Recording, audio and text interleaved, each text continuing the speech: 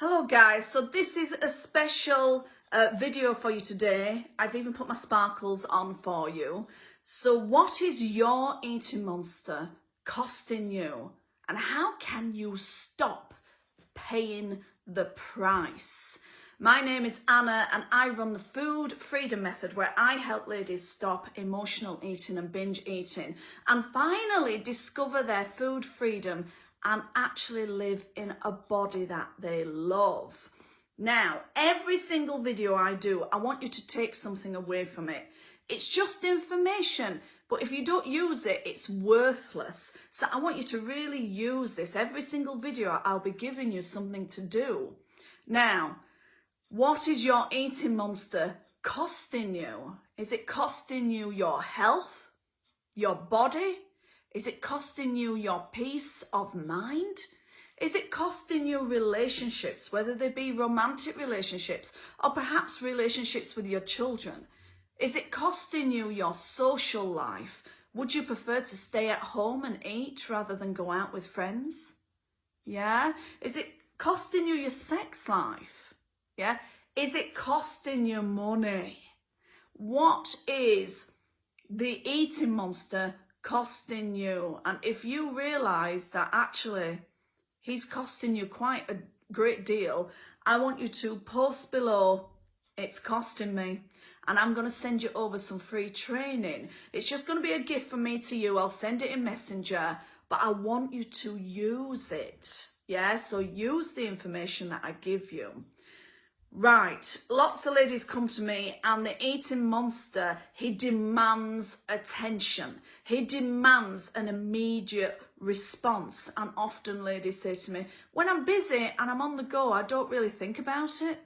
And that's because you're distracted and he doesn't get attention in that moment. And so then you don't want to eat. But as soon as you get a moment to yourself, and around this time of year, it's stress and tiredness that often triggers the automated eating monster, then suddenly you've got yourself face down in a bowl of popcorn or Pringles or lots of chocolate or junk food or a takeaway at 11 o'clock at night, and you're thinking, here I am again.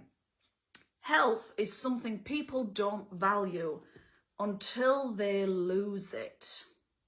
I want to repeat that.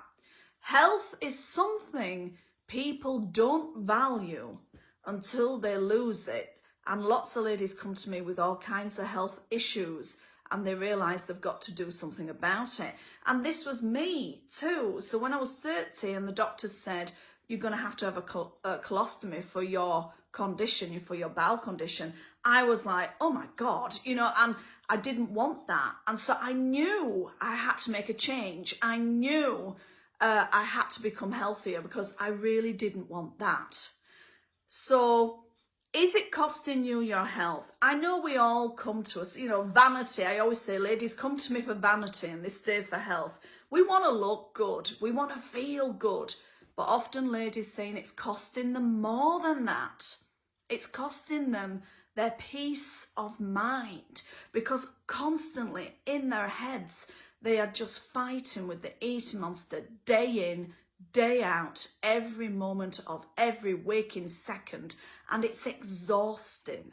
And it's costing them their relationships with loved ones. Perhaps it's even causing problems with a loving partner who is just mad for you and just loves you so much and wants to show you how much they love you, and yet you're pushing them away because you don't feel comfortable in your own skin and you would prefer to sit with your eating monster and eat. You let them go to bed early and have their sleep, and you stay up knowing that you'll go to bed after they fall asleep.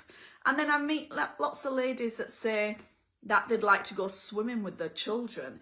They would like to run around with them without getting breathless, but the eating monster is ruining that as well.